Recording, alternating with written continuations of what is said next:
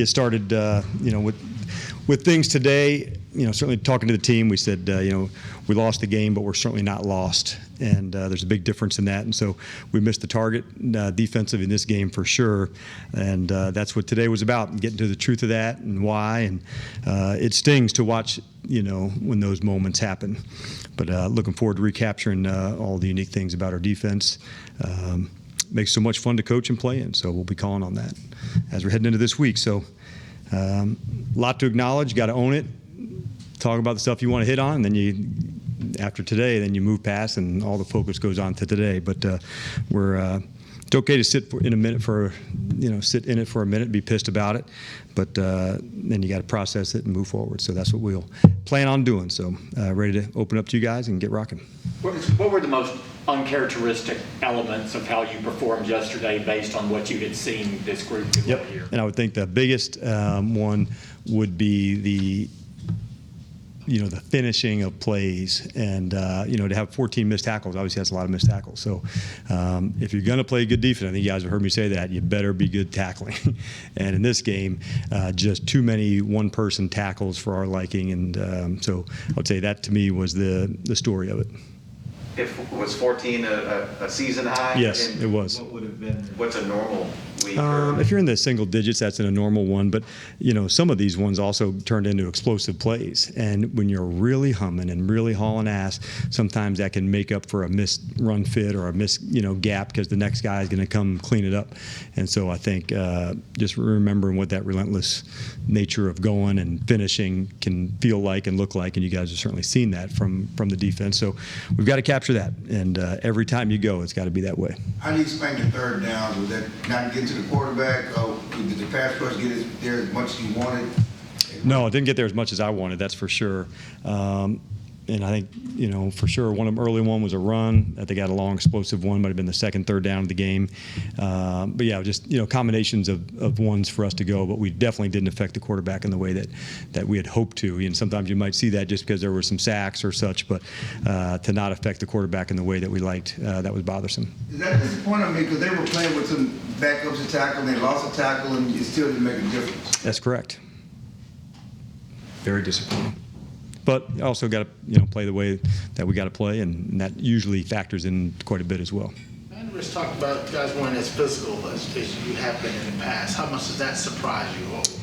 Well, certainly for us, that's the thing that has to be our calling card. And so every time you go and you watch us, our family and friends watch us, to say, man, you guys really bring it. And so you got to call on that nature. It's like for all you guys who work out, like, you're going for a hard workout, you got to call upon the mindset it's going to take to go get it in. Otherwise, you go in, it's like, oh, shit, this workout's a little harder than I thought. You got to always be ready to get it on. And having that mindset, it's a challenge for sure. But that's the style of defense we play, and I'm quite certain we will recapture that.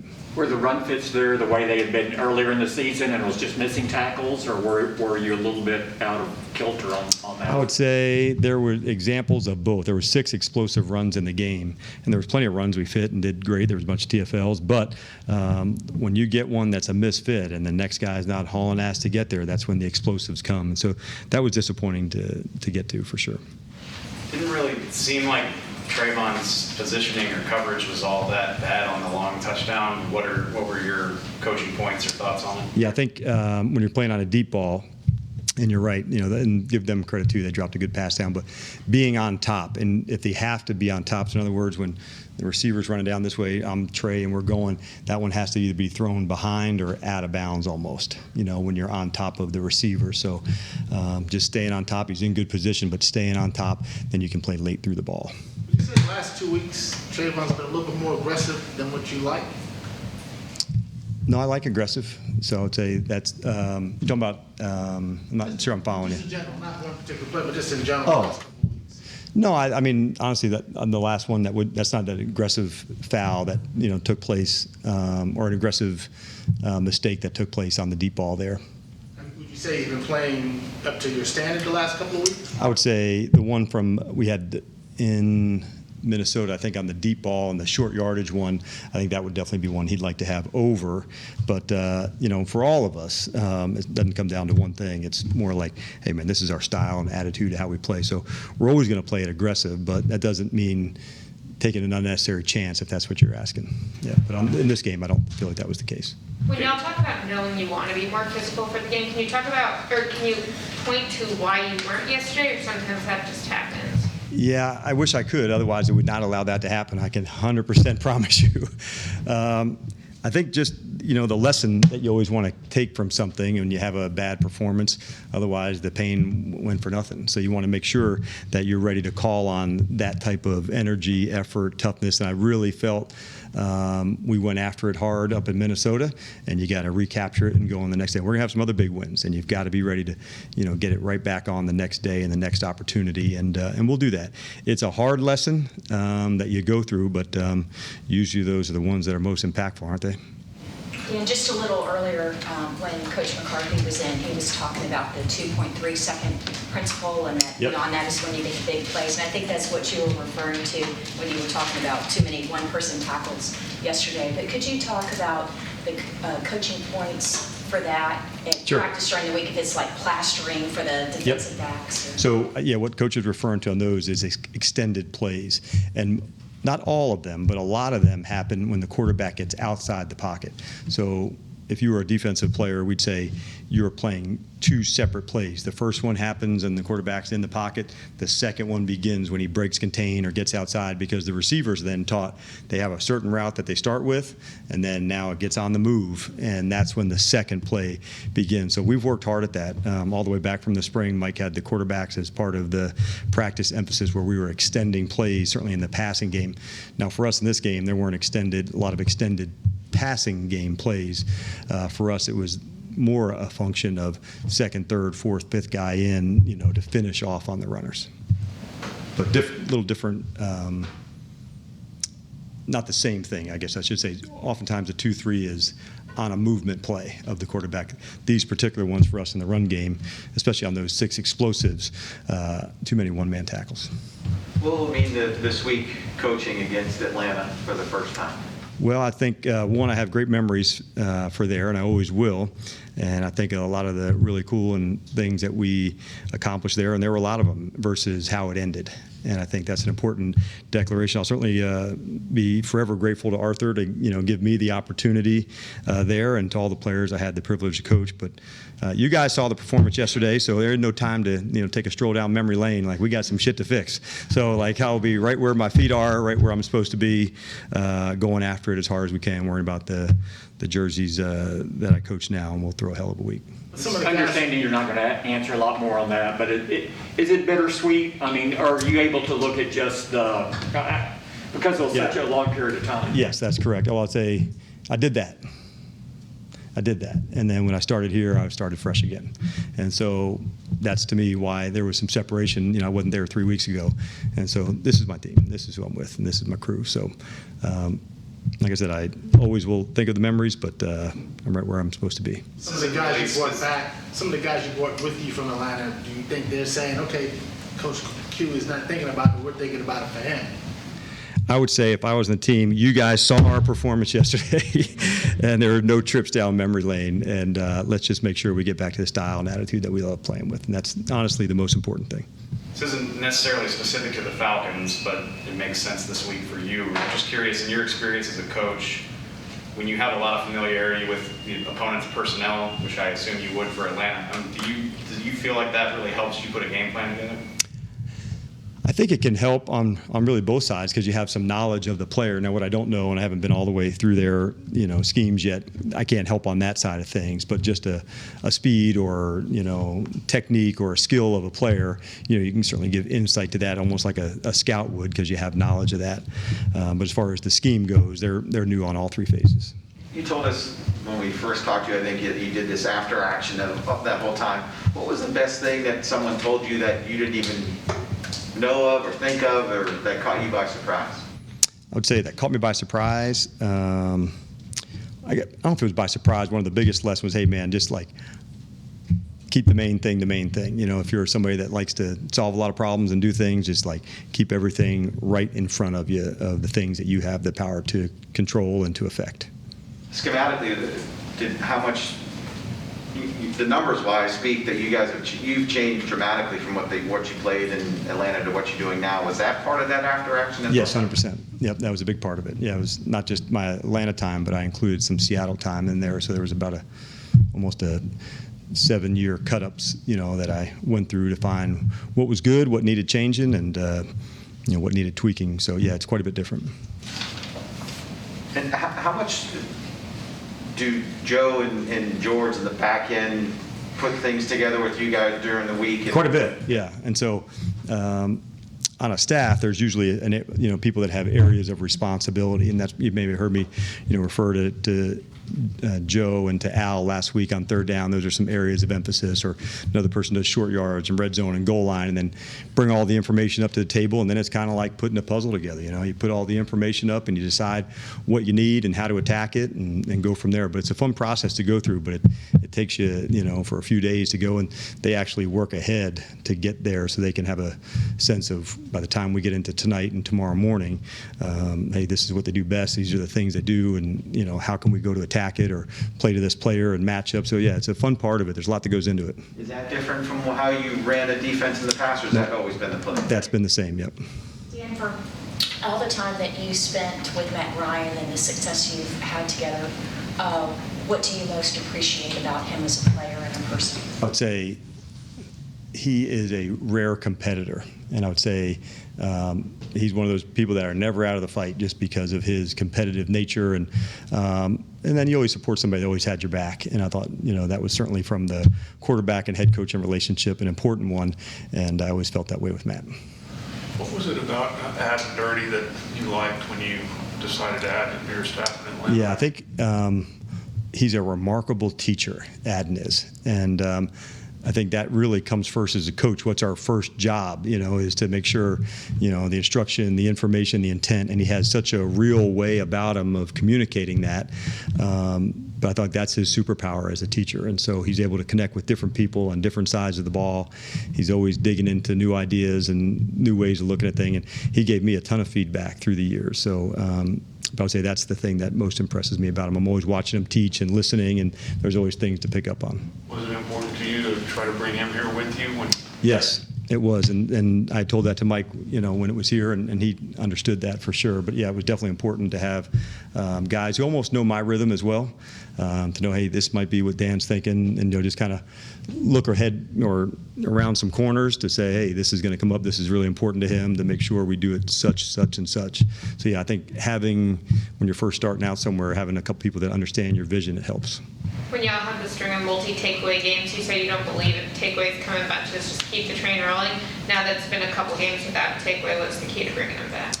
Well, I would say we had a good op for one yesterday, and we lost one, due to penalty. So for us, I think just, mainly staying into our style and our attitude to go. We had some chances for some, but we didn't capitalize on them. So I think just staying in the process of how we do that. And, certainly give, credit where credit's due for Denver and their game and the players they had. But at the end of it, like I said, for us this week, so much about us. Do you think the Cowboys were eating the cheese too full of themselves going into the game? Yeah, I recognize the fair question, and one I would ask if I was in your spot as well. I don't sense that was the case in this. Usually you see guys slack off or, kind of, yeah, whatever. You can almost feel, we got this, but I don't feel that way. It's an easy narrative to go to, and I get where you're coming from. I didn't feel that with this group because, honestly, we're still kind of going. And so for us, this was our first big speed bump defensively, and but I didn't go in thinking, we got them, or he ain't shit, or any of that. None of that came up. Did you see a lack of energy, though?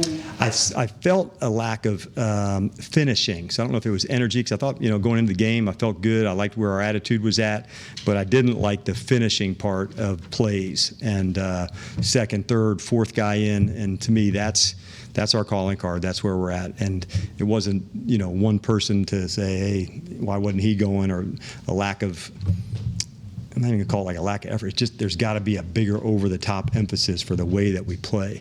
And as the game went on, the time of possession kept going on and on, where we just didn't get enough stops on third down and create takeaways to, get ourselves into the plus.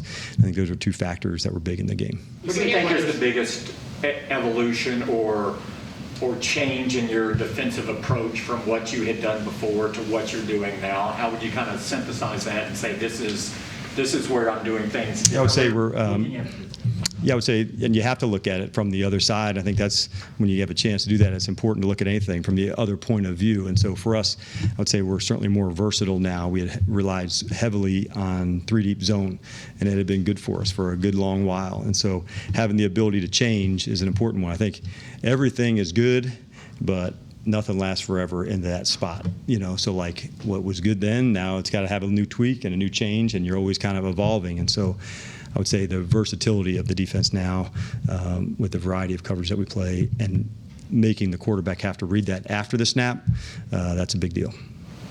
Do you think teams still go into games thinking, he's Dan Quinn, he comes from Seattle, he's played this single high defense, and this is what they've been? I don't know. That'd be a better question for the offensive coaches. But I would say, yeah, there's an element of, certainly what I learned from, Coach Carroll that, had an impact on me that's still in part of our defense from some philosophies. But overall, scheme-wise, they would say it's broader than it's been.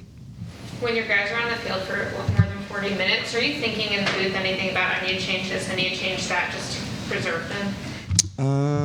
I'm not sure I understand probably about the preserve them, like just the volume of plays. Just to make sure, because when you talk about bench, to make sure they can play with the same amount of energy despite how much energy they've expended beyond the field. Yeah, I think we talk about, okay, if it's extended long, then we would talk about rolling players more, just so you had more opportunities to go. And that's the one good part about our defense. We've had a number of players that have played a lot, so we certainly trust these guys to go in when that happens. And there'll be games where that does happen, where you don't like it to be that time of possession. Usually we're on the other ones doing that. And so in this game, the script was flipped. What was the reaction of your players today to what you had told them about, hey, sitting in this and dealing with it and moving forward? That's the one thing I really admire about this group. They are excellent competitors and very much connected. And so when you see something that doesn't look exactly like we like it to, there's no bullshitting yourself about it. You say, hey, this isn't good enough for what we want to be and the standard we want to have. And please don't take that as a knock on Denver. I'm not trying to say that one bit. They played an excellent game. I'm just saying how our reaction was. And I would certainly expect that to change. I know you said you haven't finished the Falcons game prep, but since we won't talk to you later in the week, what makes Kyle Pitts so hard to defend, and whether it's something you saw in the pre-draft process or what he's doing now? Well, I think just for me, from watching him through the pre-draft, and I got a chance to watch him SEC last fall, so that was fine. The length and the speed. And so when you can throw away, say you had leverage on me to this side, and I can throw so far away, that gives a guy like Matt a good opportunity to know where the leverage is and put the ball far enough away that it can't get defended. And so I think when you have speed and length, that's certainly why is it, with Coop here, here's a guy who's got this great length and size. When you can throw away from somebody's leverage, you can throw it a little further away and don't have to be as tight of a throw, where somebody who's small and compact, man, that's almost 50-50. So having a guy with leverage and real length, that's a big factor. So Dalton's discussed Jaron being very well equipped to defend a player like that. Would you agree with that comparison? Who did? Dalton Schultz was saying just the way that Jaron's got the speed and the length. Well, I think, one, you better have enough length, because there's going to be enough what we would call 50-50 balls or ones it up. But that type of player in the NFL is a big piece of how to defend players now, because whether it's Pitts or other tight ends that we're facing around the league, it's not traditional hand in the dirt tight end all the time anymore. So these are guys that play up at all different spots, and you have to have enough variety and different style of players to defend, because one week you may have to defend a player like him, and then another week it's at receiver or running back. And so each week there's kind of like some funkiness to go, and how do you match ups? It's one of the best parts of coaching the NFL, because you're talking about all these unique things that happen, and how do you defend them and how do you play them. And I think they've done an excellent job of moving a lot of their pieces around. Stunts that you guys run, is that more than what you've done in the past? Stunts. Is that more than you've done in the past? No, I would say, yeah, that's always been a big, you probably like pass rush wise? Yeah, no, not more. I would say it's probably right on par with where we're at. And I still think there's a lot of room for us to improve in that area, and certainly Law coming back makes all stunts look better, and so eventually he'll be a part of that as well. So, all right, well, you guys have a good one. All right, thank you.